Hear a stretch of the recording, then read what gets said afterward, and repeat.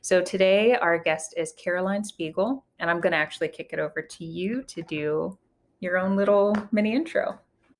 Yeah, hi. Thank you so much for having me, Chantel. I'm really excited. So I'm Caroline. I run Quinn. Quinn is audio porn for women, which that might be a lot to compute.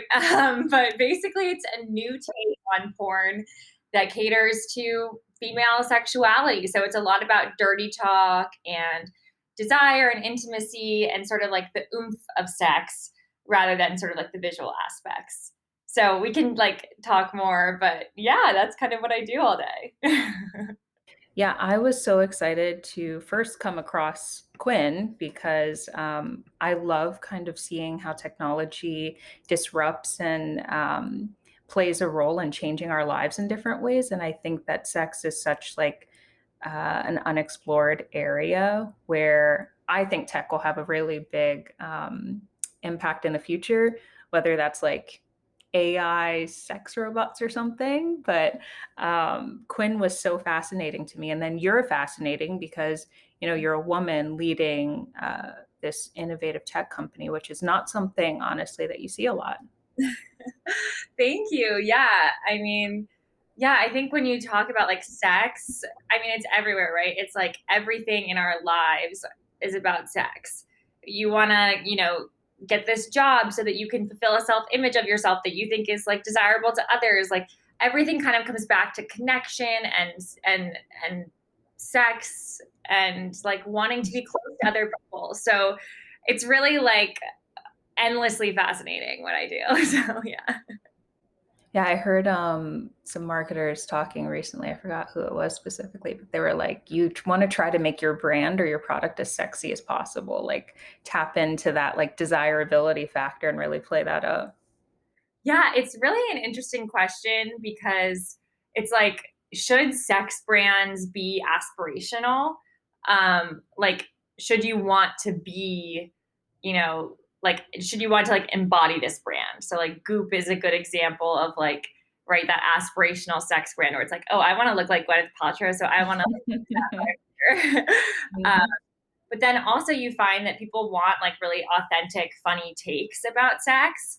So like on TikTok, the sex content that does the best, it's all like, um, uh, am I turned on or is it just discharge? It's like really funny, like honest things about sex. So I think kind of the magic is in merging those two of like, how can we give people like aspirational content that's also like, resonating with them on Mhm. a funny level, authentic level. Yeah. Yeah, right before we started recording, I had mentioned that I watched like a bunch of the Quinn show, your podcast. So you've had a lot of guests who, um, their brands align with, I think that big trend that we're seeing now where authenticity and being much more open and honest and having those frank conversations about sex or other things is just, it's such a change from the past. I know. And it's so funny. Like, I was talking to my friends about this, and it's really just in my personality. Like, I love shocking people. So I think it's like perfect that I'm doing this because like I just love saying things that make people go like, "What the fuck? Like, what are you?" And that's kind of what the podcast is. Like, can we even find words for this? Like, let's try.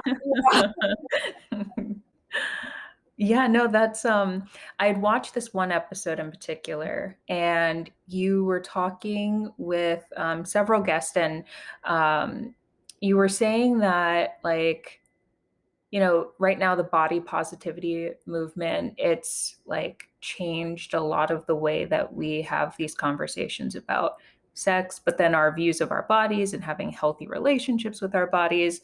So I guess could you kind of talk about the role of like the media and then brand marketing and marketing representation in community identity? Yeah, wow. That's a big one. I love it. Yeah, I was thinking about this with Victoria's Secret. I know like everyone and their mother is like talking about like, like what like they're getting rid of the angels and they're bringing on this sort of like boss women collective sort of thing.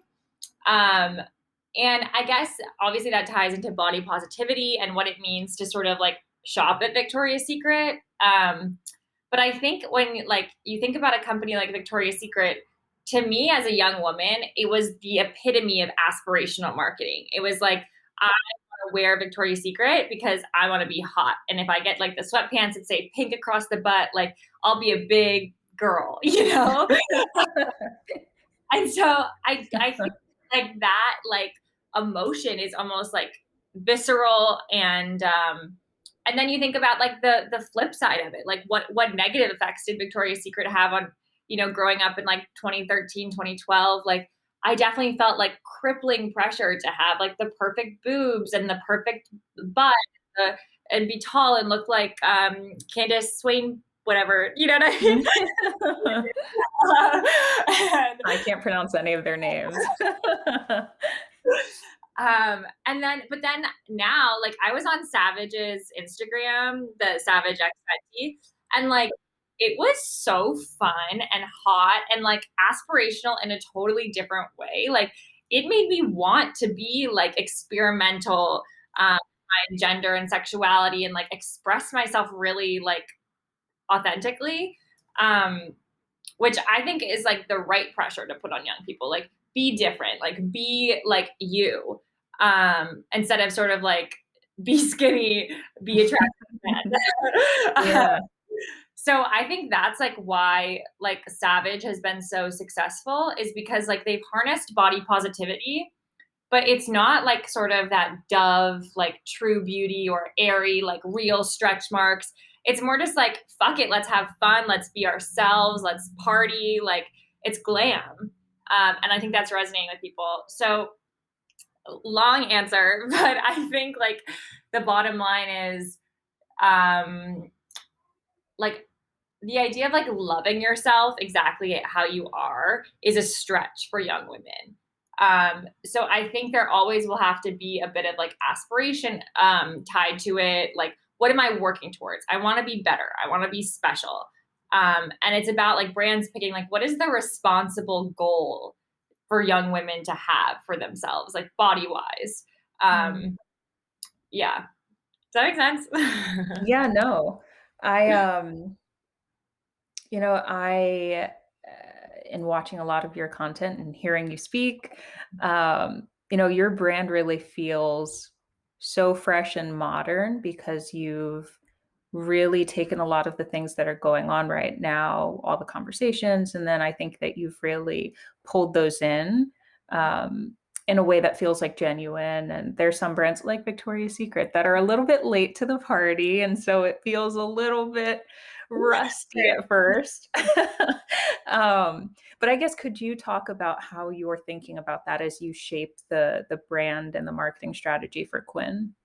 Yeah, I mean, I think it's something you talk about with like, like being um in the Twitter sphere, like in the just like responding to content, having an opinion, asking your users opinion.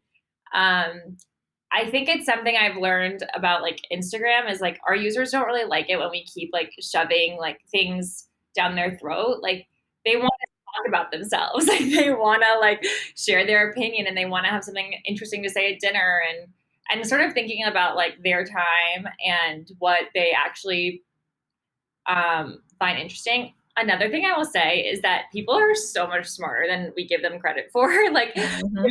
making a product for young women, and so many brands treat young women as like, oh, they just spend all day on Pinterest and like look at like, you know, like cool things. Like, no, like young women love thinking about these issues and like love thinking about, the Victoria's Secret rebrand, or like what was another thing I was, oh, like there's like the topic of like the pick me girl that's trending on TikTok, and like there are just all these things that young women are thinking about. And it's like it's kind of rare to find a place where they can share those opinions. Yeah. Really quick, could you define the pick me girl in case anyone in our audience doesn't know what that is? Yes. No. Okay. This is a very hotly debated topic, but the pick me is sort of like a tomboy, or not even a tomboy, but she's sort of like your boyfriend's best girlfriend. You know, she like wears his sweatshirt and says like, "Oh, he's like my brother," and maybe like cars. You know, it's like, Mhm. but the idea is like it's very like faux. She's like fake interested in like boy things so that she can become like one of the boys.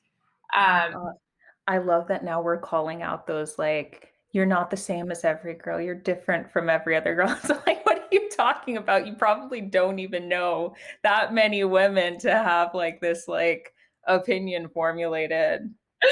right. It's like the I'm quirky. You know, it's like Yeah. Oh my gosh. Oh, I forgot the name of the trope, but like, Zoe's character in New Girl or the Scott Pilgrim movie where there was like the quirky.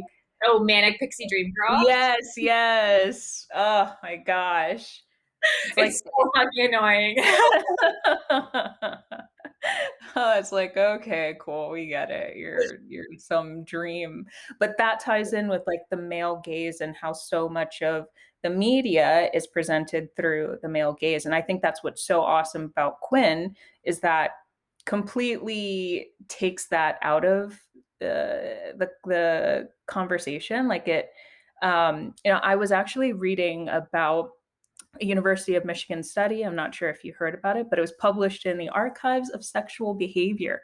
And it said a lot of women who participated in that particular study, they actually skip the visuals when it comes to porn and they engage with traditional porn in like different ways. Like they'll, pick a particular scene and just linger on that, or they will completely not look at the visuals and just listen to the audio.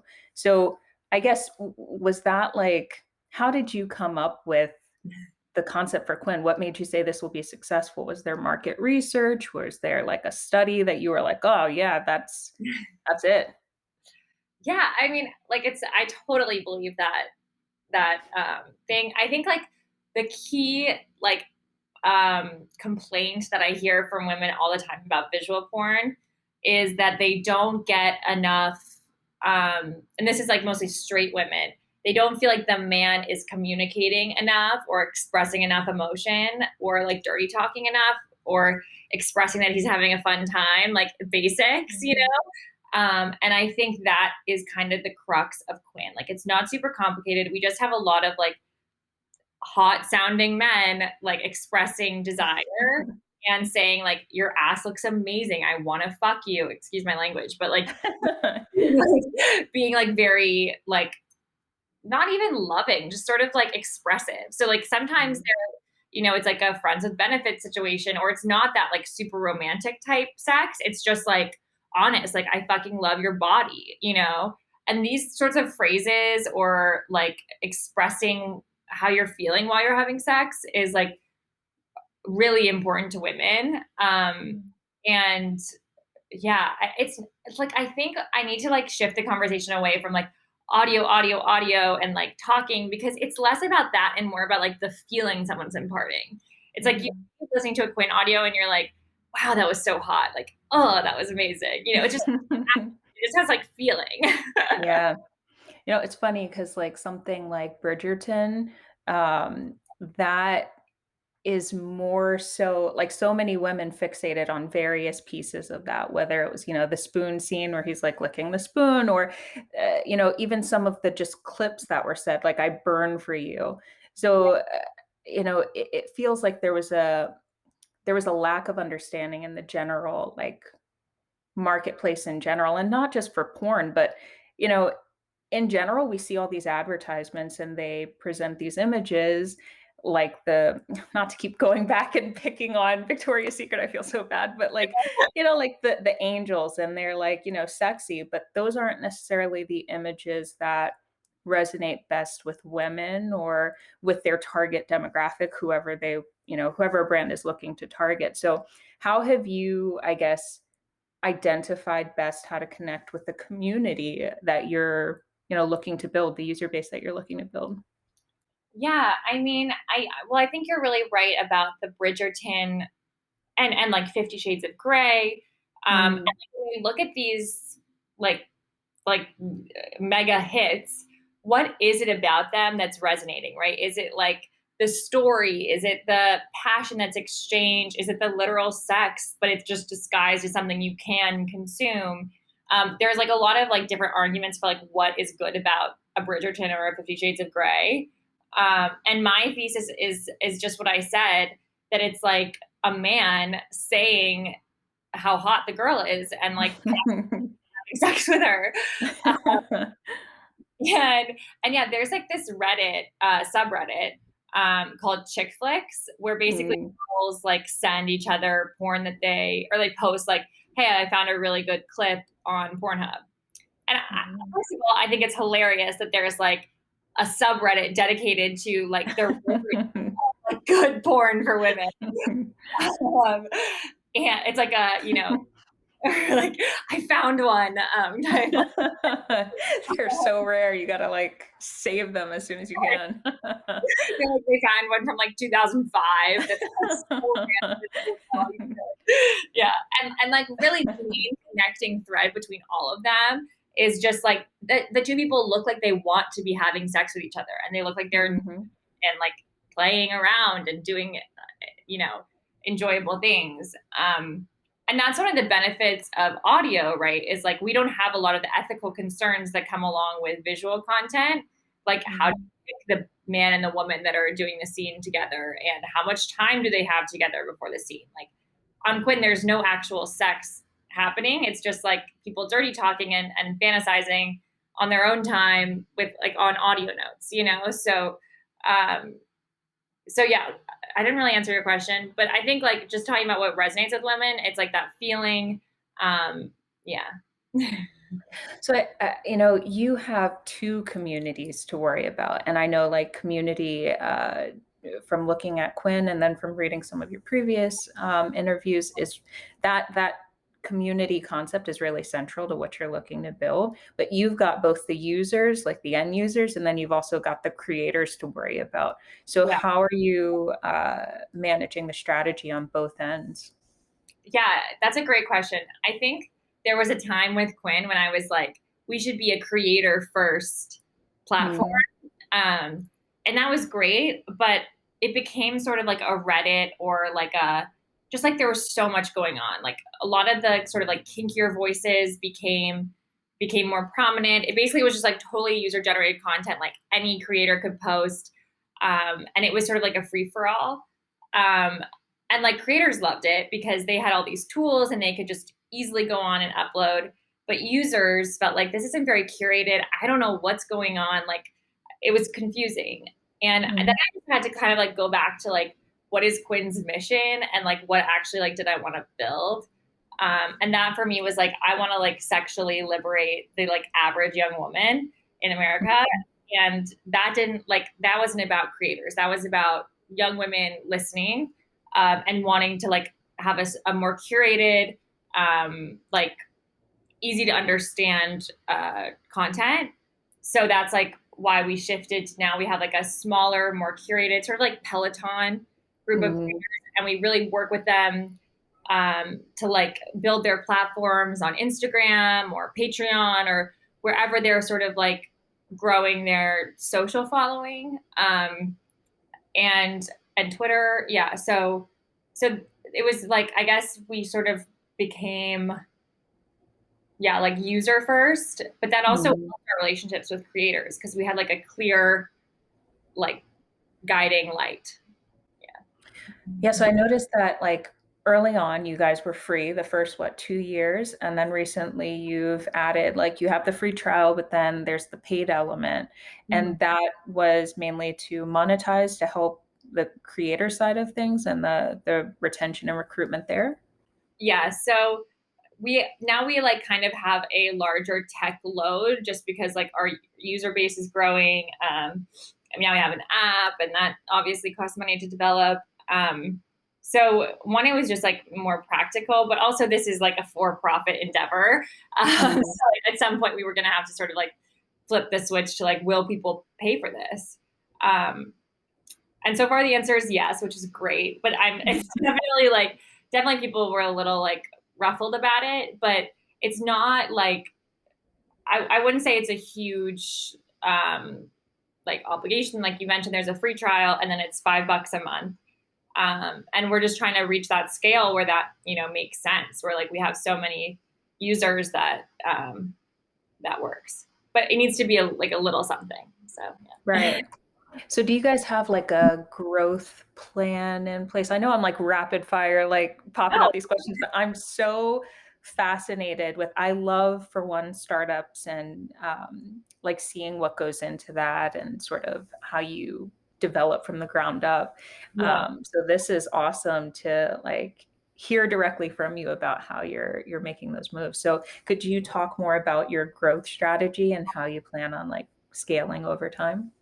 Yeah, growth is really interesting to me because I like get so many Instagram ads every day. Wonder, I'm Quinn. We don't do any paid advertising. Mm. I would definitely consider it like in the future. It's just right now it doesn't really make sense. Um, I think the best way for us to grow is viral content in terms of like audios that are so hot that girls like need to share it with their friends. And so like that's basically the strategy is our like goal in the next 6 months. I probably shouldn't say this because it's like so much pressure, but is to have like one through like viral audio. Yeah. Um, and yeah, that's kind of like, and I remember talking to my friend 2 years ago when I started this whole thing. He was like, all you need is one, like, 50 Shades of Grey or Bridgerton type. Mhm. And that's like really what will make it mainstream. And so that's like our entire focus now is just like iterating the content, what's working, what's not, what's too, X rated, what's too PG. And yeah, and just trying to get that hit. That's our growth strategy. So what data points are you like monitoring then? Like what's like key to like you deciding what's successful? Yeah, so we monitor like the plays on every audio. We also just we have this thing called Crazy Egg, Mhm. which is a great analytics tool. Have you heard of it? I love Crazy Egg. Now I have to message them and see if they're interested in sponsoring this episode. Organic advertising for Crazy Egg. Yeah. It's like better than TV to me. So I literally just will watch like how a random user uses Quinn on Mhm. Crazy Egg, see where they're clicking. Um, that's I guess more about like UX and like what's working there.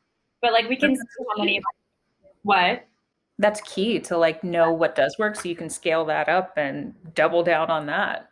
Yeah, totally. And like we can see like, oh, if like a tag is like off screen, like or like below a certain place, like does that mean that people aren't clicking on it? Or like just the heat maps are super helpful. And yeah, we can see like how many clicks a tag got, which is like we'll have tags for like BDSM or couple or whatever. Um, yeah, and so like we basically just have like a sense of what creators are performing the best and what of their audios is performing the best.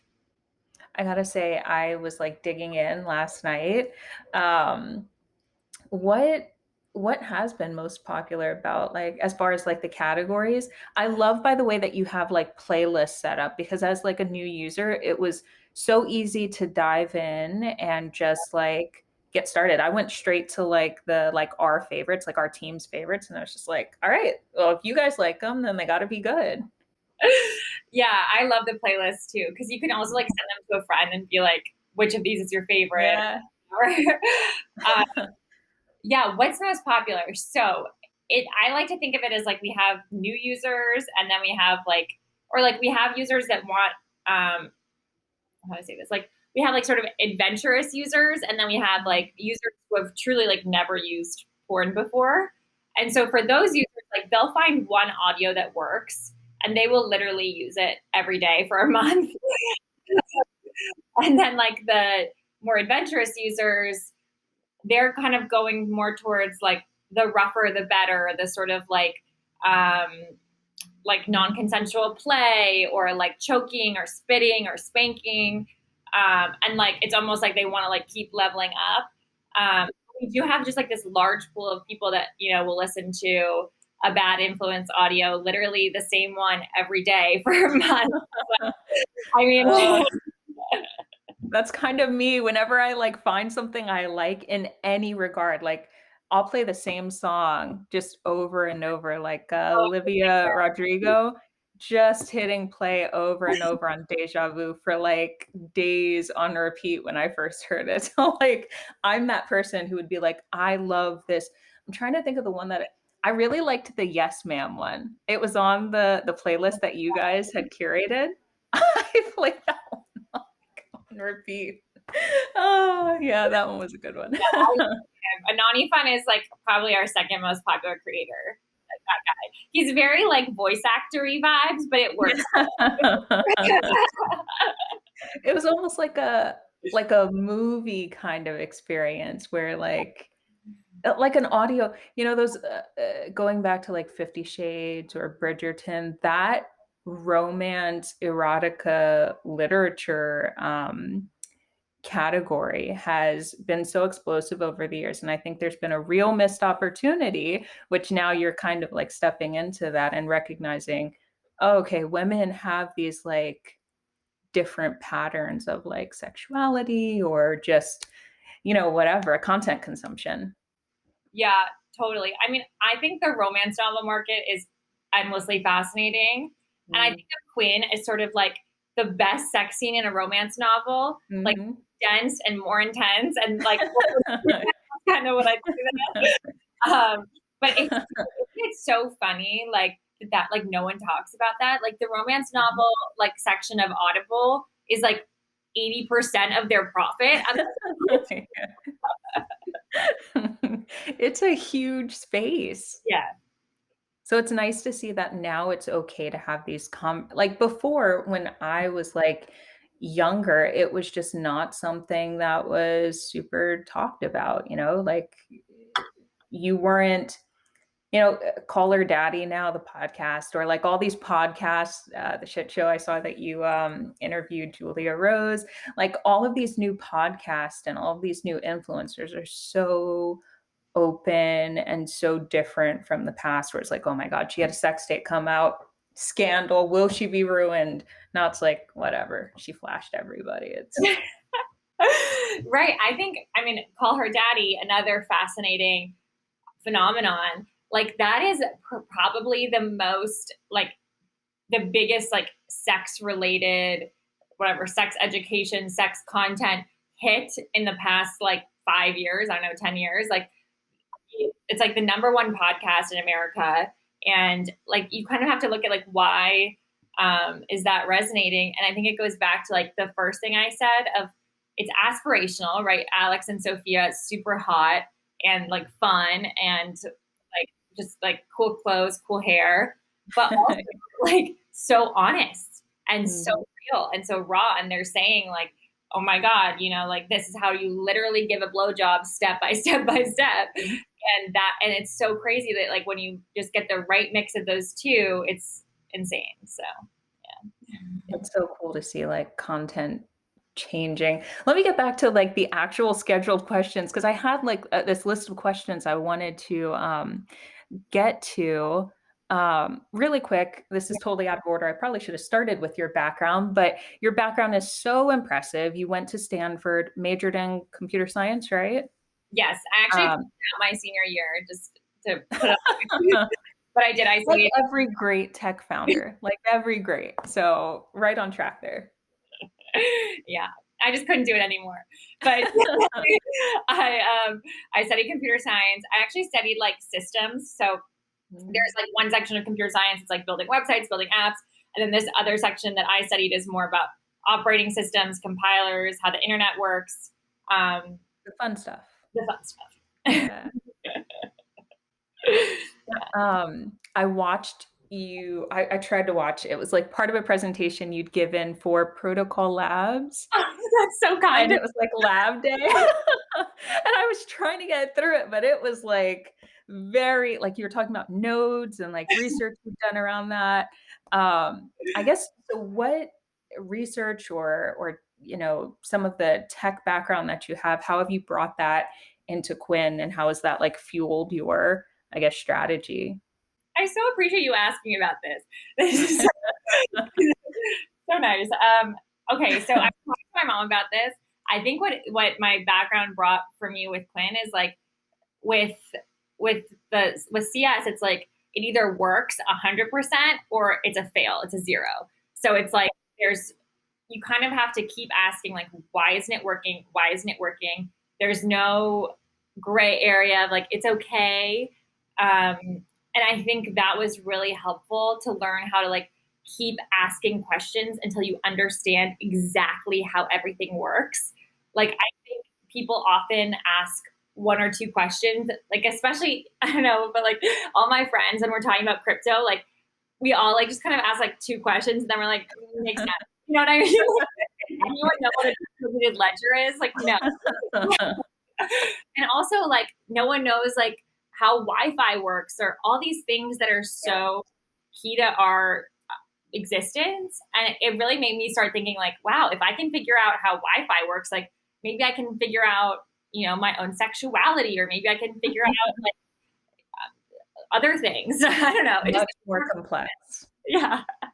That's complex. I feel like science has explained so many things, and still like biology and like women, like specifically like women's bodies, still such a like mystery, to completely off the rails here to the topic of what we're actually talking about, but still like very True.